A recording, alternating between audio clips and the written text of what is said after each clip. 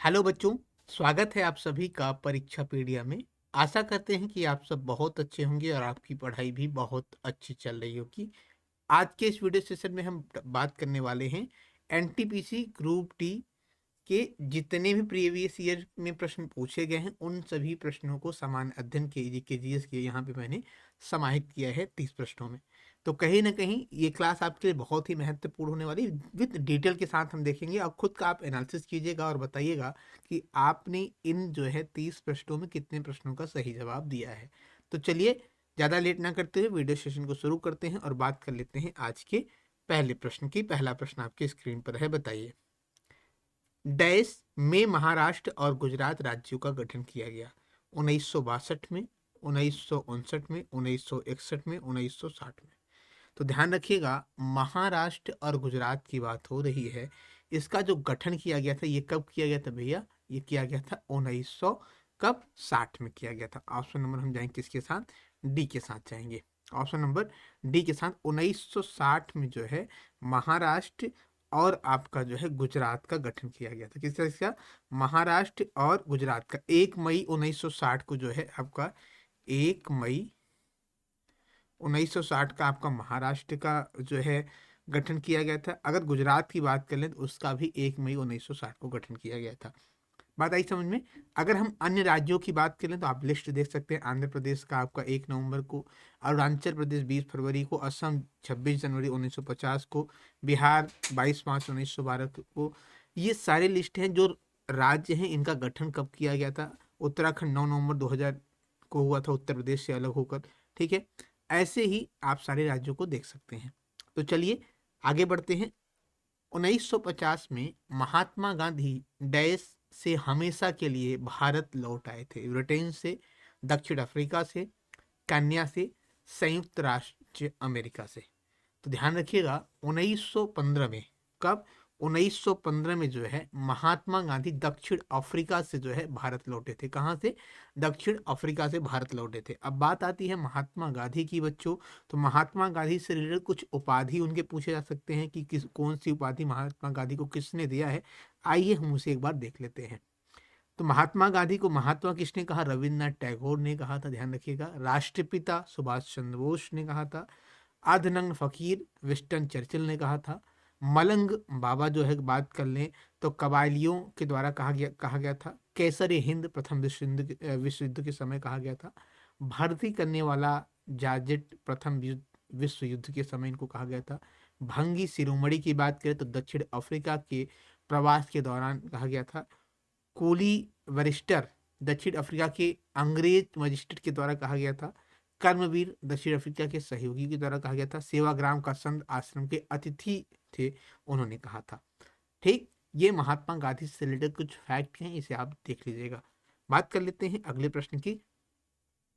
निम्नलिखित में से कौन पर्सनल कंप्यूटर का भाग नहीं है? यूएसबी, सीपीयू, रोम या रैम? तो बात कर लेते हैं जो है पर्सनल कंप्यूटर की। तो सीपीयू, रोम, रैम ये तीनों जो है आपके किसके हैं? पर्सनल कंप्यूटर के भाग हैं। लेकिन यूएसबी जो है ये पर्सनल कंप्यूटर का भाग नहीं है। ऑप्शन नंबर जो है ये अलग से लगाया जाता है अपने काम के, जब उसकी कोई अलग से डिवाइस जोड़ना होता है तब। ठीक है, बात कर लेते हैं अगले प्रश्न की। एक प्रसिद्ध नक्षत्र है जिसे शाम के समय देखा जा सकता है। इस नक्षत्र को हंटर के नाम से भी जाना जाता है। इसे कौन सा है? ओरियन, सप्तऋषि, कैसियोपिया या ड्रेको? तो ध्यान रखिएगा बच्चों कि ओरियन को जो है किसके नाम से जाना जाता है? हंटर के नाम से भी जाना जाता है। ठीक है, जिसे केवल शाम को देखा जा सकता है। अब इससे रिलेटेड कुछ फैक्ट को अगर देख ले तो ओरियन जो नक्षत्र है रात के आकाश में सबसे चमकीले और सबसे प्रसिद्ध नक्षत्रों में से एक माना जाता है। और यह जो है खगोलीय विषुवत वृत्त पर स्थित है। अगर बात करें तो ओरियन को एक प्राचीन काल से जाना जाता है। ठीक है, बात कर लेते हैं अगले प्रश्न की। अगला प्रश्न आपकी स्क्रीन पर है। बोकारो स्टील प्लांट भारत में 1964 में डैश के सहयोग से स्थापित किया गया था? ब्रिटिश के, स्विस के, जर्मन के या सोवियत के? ठीक है, तो बताइए किसके जो है सहयोग से स्थापित किया गया था? तो बच्चे अगर हम बात कर लें तो जो बोकारो स्टील है ये 1964 में सोवियत के संघ के जो है सहयोग से स्थापित किया गया था। अब बात आती है कुछ ऐसे जो इस्पात संयंत्र प्लांट हैं जो स्थापित किए गए थे और वो किनके सहयोग से स्थापित किए गए थे और कब और कहाँ पे स्थापित किए गए थे। अगर हम इस पर बात करें तो राउरकेला स्टील की बात कर लें तो ये उड़ीसा में स्थित है, ध्यान रखिएगा। जर्मनी के सहयोग से जो है ये प्रारंभ किया गया था 1959 में, ठीक है। भिलाई इस्पात संयंत्र की बात कर लें तो ये कहाँ पे स्थित है, छत्तीसगढ़ में है इस बच्चों। और ये रूसी के द्वारा जो है इसके सहयोग से प्राप्त हुआ था, कब, 1959 में ये भी जो है इस्टेब्लिश किया गया था। दुर्गापुर स्टील प्लांट की बात कर लें तो पश्चिम बंगाल में स्थित है, यूनाइटेड किंगडम के सहयोग से जो है स्थापित किया गया था और 1962 में ये इस्टेब्लिश किया गया था। बोकारो स्टील की बात कर लें तो झारखंड में है, रूस सोवियत के द्वारा 1964 में किया गया था, ठीक है। बढ़ते हैं अगले प्रश्न की तरफ। गुजरात पर अपनी जीत के उपलक्ष्य में अकबर ने फतेहपुर सीकरी में भारत का सबसे ऊंचा प्रवेश द्वार गेट ऑफ मैग्निफिसेंस बनाया था। इस प्रवेश द्वार का दूसरा क्या नाम है, ठीक है, बताइए। इस प्रवेश द्वार का दूसरा क्या नाम है जो अकबर ने फतेहपुर सीकरी में भारत का सबसे ऊंचा प्रवेश द्वार जिसे गेट ऑफ मैग्निफिसेंस कहा गया है, बनाया गया है। इस प्रवेश द्वार का दूसरा क्या नाम है? कश्मीरी गेट है क्या, बुलंद दरवाजा है, इंडिया गेट है, गेटवे ऑफ इंडिया है? तो कश्मीरी गेट कहाँ पे है? ये दिल्ली में है, ध्यान रखिएगा, ठीक है। और अगर बात कर लें हम जो है इस प्रश्न के सही जवाब का, तो वो है आपका बुलंद दरवाजा है। ऑप्शन नंबर हम जाएंगे किसके साथ, बी के साथ। आपको बता दें बुलंद दरवाजा कब बनाया गया था, ये जो है 1573 में, ठीक है। 1573 में ये इसका निर्माण करवाया गया था, किसके द्वारा? अकबर के द्वारा, ठीक है, बुलंदशहर में। अकबर ने, ध्यान रखिएगा, गुजरात पर अपनी जीत के उपलक्ष्य में ये बुलंद दरवाजा बनवाया था। ये प्रश्न पूछता है कि जो बुलंद दरवाजा है किसकी जीत के उपलक्ष्य में बनवाया गया था, तो गुजरात विजय के बाद जो है ये दरवाजा उसी के उपलक्ष्य में बनवाया गया था और यह दुनिया का सबसे ऊंचा प्रवेश द्वार है और मुगल वास्तुकला का एक अद्भुत उदाहरण माना जाता है, ठीक है। अगर बात कर लें हम कश्मीरी गेट या इंडिया गेट और गेटवे ऑफ इंडिया के बारे में डिस्कस कर लेते हैं, तो कश्मीरी गेट कहाँ पे, मैंने बताया आपको, ये नई दिल्ली में स्थित है और यह दिल्ली का ऐतिहासिक दीवार वाले शहर का उत्तरी द्वार है, ठीक है। इसे बनवाया किसने था, तो मुगल बादशाह शाहजहां ने इसको बनवाया था, कश्मीरी गेट को, ठीक है। इंडिया गेट की बात करें तो यह आधिकारिक नाम दिल्ली मेमोरियल के रूप में जो है अखिल भारतीय युद्ध स्मारक कहा जाता था। नई दिल्ली में स्मारकी बलुआ पत्थर के मेहराबों से ये बना हुआ है। 1914 19 से और 1919 के बीच लड़े गए युद्धों में मारे गए ब्रिटिश भारत के सैनिकों को समर्पित है, ठीक है। किसको समर्पित है? भारतीय जो सैनिक थे उनको समर्पित है। अब गेटवे ऑफ इंडिया की बात कर ले तो गेटवे ऑफ इंडिया जो है 1911 में किंग जो है जॉर्ज पंचम और मैरी की मुंबई तत्कालीन बॉम्बे की जो है शाही यात्रा के उपलक्ष्य में बनवाया गया था, उनके स्वागत में। और ये समुद्र के रास्ते से शहर में प्रवेश करने वाला आगंतुकों के स्वागत के लिए पहली संरचना थी। इसे लोकप्रिय में मुंबई का ताजमहल भी कहा जाता है, ध्यान रखिएगा। क्या कहा जाता है? मुंबई का ताजमहल कहा जाता है किसे, जो है गेटवे ऑफ इंडिया को, ठीक। बढ़ते हैं अगले प्रश्न की तरफ। निम्नलिखित में से कौन सा एक इनपुट डिवाइस है? Optical character reader, inkjet printer, headphone या प्रोजेक्टर? तो इसमें पूछ रहा है एक इनपुट डिवाइस है, ठीक है। प्रिंटर क्या है? आउटपुट है। हेडफोन क्या है? आउटपुट है। प्रोजेक्टर क्या है? आउटपुट है। लेकिन जो ऑप्टिकल कैरेक्टर रीडर है ये क्या है? ये आपका इनपुट डिवाइस है। ऑप्शन हम जाएंगे इसके साथ, ए के साथ, ठीक। बढ़ते हैं अगले प्रश्न की तरफ। तत्कालीन सम्राट जॉर्ज पंचम द्वारा दिल्ली के आधिकारिक तौर पर ब्रिटिश भारत की राजधानी के रूप में किस वर्ष घोषित किया गया था? 1913 में, 1910, 1911 या 1907 में? तो ये कब किया गया था? तो ध्यान रखिएगा ये किया गया था 1900 जो है आपका कब, 11 में किया गया था, ठीक है। कब किया गया था? 1911 में। अब दोस्तों बात आती है कि 1911 में जब ये किया गया था उस समय भारत का गवर्नर जनरल कौन था? तो आइए उसके बारे में बात कर लेते हैं। तो ध्यान रखिएगा लॉर्ड हार्डिंग द्वितीय जो 1910 से 1916 तक भारत के गवर्नर जनरल थे। तो इन्होंने 1911 में किंग जॉर्ज पंचम के राज्याभिषेक के लिए दिल्ली दरबार का आयोजन किया था और राजधानी जो है यहीं पे स्थानांतरित किया था, ठीक है। 1911 में राजधानी को कलकत्ता से दिल्ली हस्तांतरित किया गया था और इसी घटना में उन्होंने बंगाल का विभाजन को रद्द कर दिया था। जो बंगाल का विभाजन रद्द हुआ था किस घटना से हुआ था? जो कलकत्ता से दिल्ली जो राजधानी हस्तांतरित हुई थी 1911 में। ठीक है। और लॉर्ड हार्डिंग द्वितीय के ही समय में, ध्यान रखिएगा, महात्मा गांधी भारत लौटे थे। कहाँ से? आप हमें कमेंट बॉक्स में बताएं, मैंने अभी आपको स्टार्ट में ही बताया था शुरू में ही। ठीक है, दक्षिण अफ्रीका से। बात कर लेते हैं अगले प्रश्न की। उत्तराखंड के कुमाऊं क्षेत्र में लोकप्रिय तलवार नृत्य को डैश कहा जाता है? क्या कहा जाता है? कथक कहा जाता है, लावड़ी कहा जाता है, छोलिया कहा जाता है, घूमर कहा जाता है? तो इसे कहा जाता है भैया झोलिया कहा जाता है। क्या कहा जाता है? झोलिया कहा जाता है। ऑप्शन नंबर हम जाएंगे किसके साथ?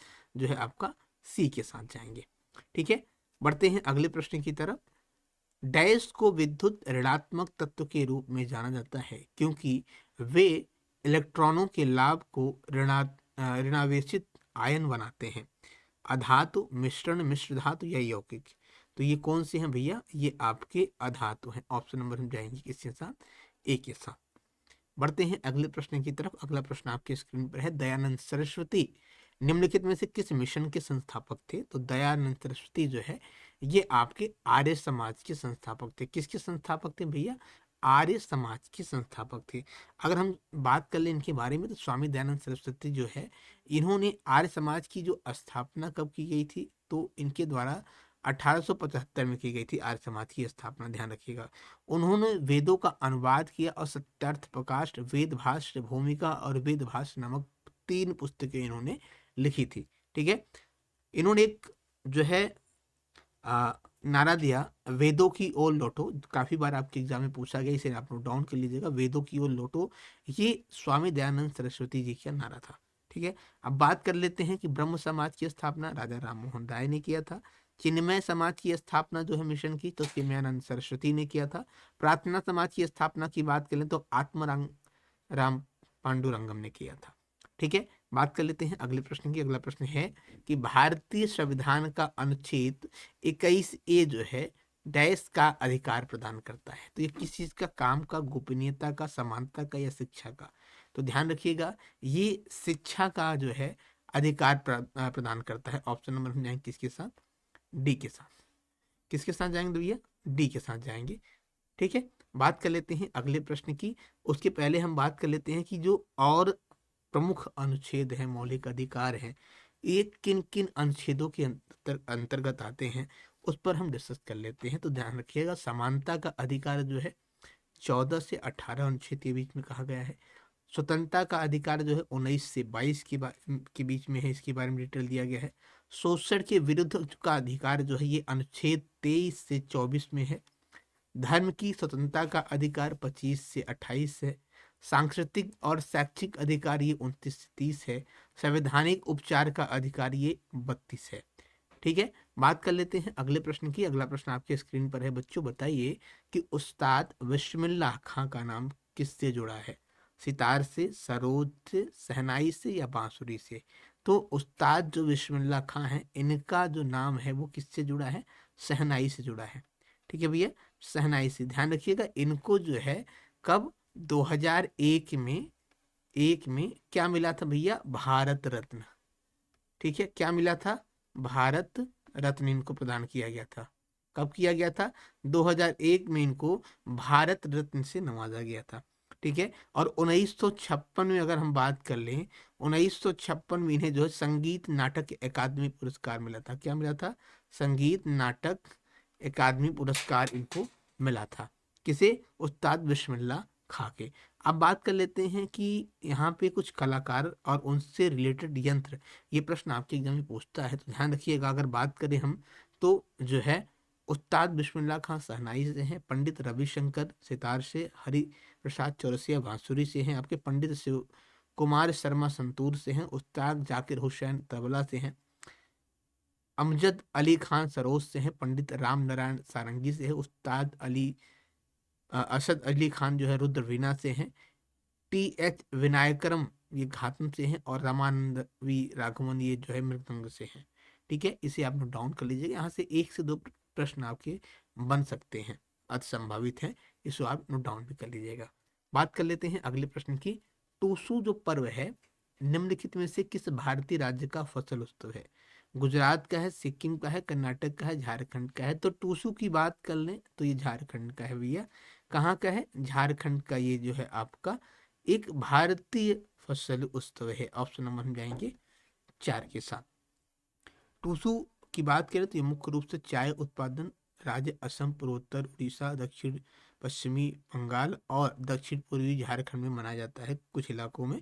साथ ही साथ ये जो है इस अवसर पर जो है देवी टूसू का जो है पूजा किया जाता है, और ये मुख्य रूप से झारखंड की साइड ज़्यादातर मनाया जाता है। और एक चीज़ और बता दें, झारखंड के कुछ अन्य उत्सव या हम बात कर लें तो करम उत्सव, होली, रोहड़ी और टूसू, ये प्रमुख उत्सव कहाँ के हैं? आपके झारखंड के हैं।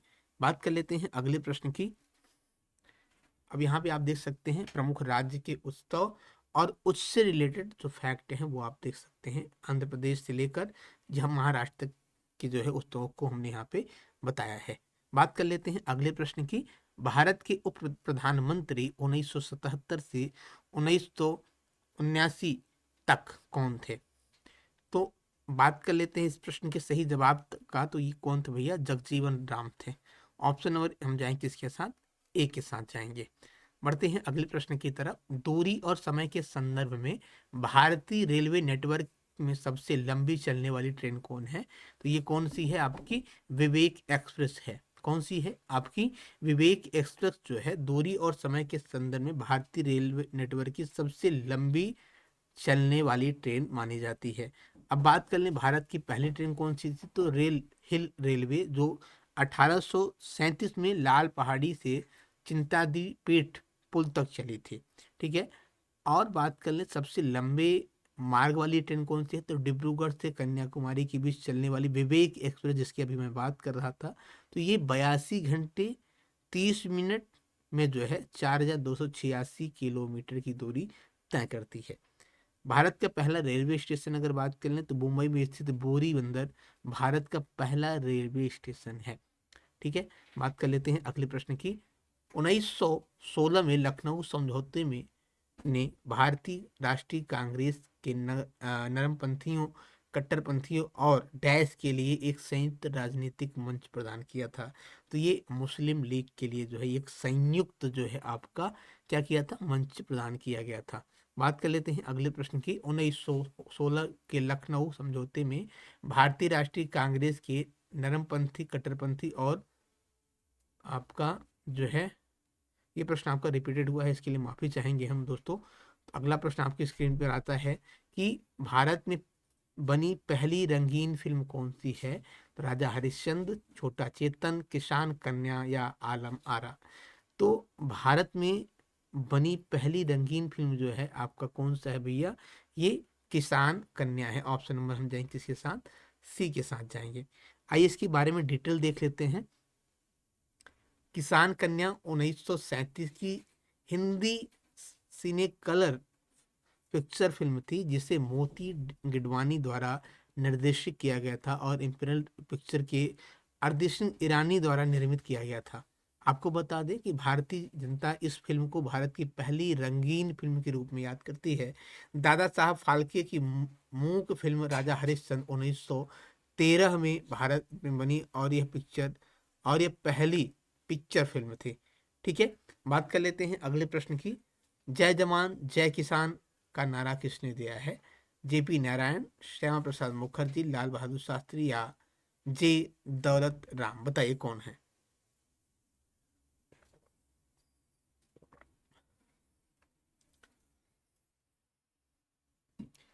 जय जवान जय किसान का जो नारा है ये किसने दिया था भैया? तो ये दिया था लाल बहादुर शास्त्री जी ने। ठीक है। जय जवान जय किसान जय विज्ञान, ये किसने दिया था? अटल बिहारी वाजपेयी ने। ये चीज आप ध्यान रखिएगा। अब आइए कुछ प्रमुख जो है नारा है उसको हम देख लेते हैं। कौन सा नारा किसने दिया, ये आपकी एग्जाम में पूछे जा सकते हैं और पूछे भी गए हैं, ध्यान रखिएगा। तो इंकलाब जिंदाबाद भगत सिंह, वंदे मातरम बंकिम चंद्र चट्टोपाध्याय जी, भारत छोड़ो महात्मा गांधी, स्वतंत्र मेरा जन्मसिद्ध अधिकार है और मैं इसे लेकर रहूंगा, ये किसने कहा था? लल्ला बाल गंगाधर तिलक ने। तुम मुझे खून दो मैं तुम्हें आजादी दूंगा, ये किसने कहा था? सुभाष चंद्र बोस ने कहा था। जय हिंद सुभाष चंद्र बोस के द्वारा दिया गया था। करो या मरो महात्मा गांधी जी के द्वारा। आराम हराम है जवाहरलाल नेहरू के द्वारा। जय जवान जय किसान जय विज्ञान मैंने अभी आपको बताया अटल बिहारी वाजपेयी के द्वारा। वापस वेदों की ओर लौटो स्वामी दयानंद सरस्वती के द्वारा। ये प्रमुख नारे हैं, इसे आप नोट डाउन कर लीजिएगा, यहाँ से प्रश्न आपके बन सकते हैं। ठीक है, बात कर लेते हैं अगले प्रश्न की। अगला प्रश्न आपकी स्क्रीन पर है, बताइए केवलादेव घना राष्ट्रीय उद्यान कहाँ पर स्थित है? राजस्थान, मिजोरम, बिहार, महाराष्ट्र। तो ध्यान रखिएगा, ये स्थित है आपका जो है बच्चों कहाँ पे? राजस्थान में स्थित है। ठीक है, अब कुछ प्रमुख उद्यानों को आइए हम देख लेते हैं। काजीरंगा कहाँ पे स्थित है? जोरहाट असम में स्थित है। मानस बाघ अभ्यारण्य ये आपका बारपेटा असम में स्थित है। केवलादेव राष्ट्रीय उद्यान भरतपुर राजस्थान में है। सुंदरवन बाघ अभ्यारण्य ये आपका 24 परगना पश्चिम बंगाल में है। ठीक है, बांधवगढ़ राष्ट्रीय उद्यान शहडोल मध्य प्रदेश में स्थित है। कान्हा राष्ट्रीय उद्यान ये भी आपका मंडला मध्य प्रदेश में स्थित है। दुधवा राष्ट्रीय उद्यान आपका लखीमपुर खीरी में जो है उत्तर प्रदेश में स्थित है। चंद्रप्रभा अभ्यारण्य ये भी वाराणसी उत्तर प्रदेश में स्थित है। कार्बेट राष्ट्रीय उद्यान ये आपका नैनीताल में स्थित है। और राजाजी राष्ट्रीय उद्यान आपका देहरादून हरिद्वार पौड़ी गढ़वाल उत्तराखंड में स्थित है। ठीक है, बात कर लेते हैं अगले प्रश्न की। गुलाम वंश के शासक गयासुद्दीन बलबन 1265 से लेकर 1286 तक जो है ने डैश की उपाधि धारण की थी। इन्होंने कौन सी उपाधि धारण किया था?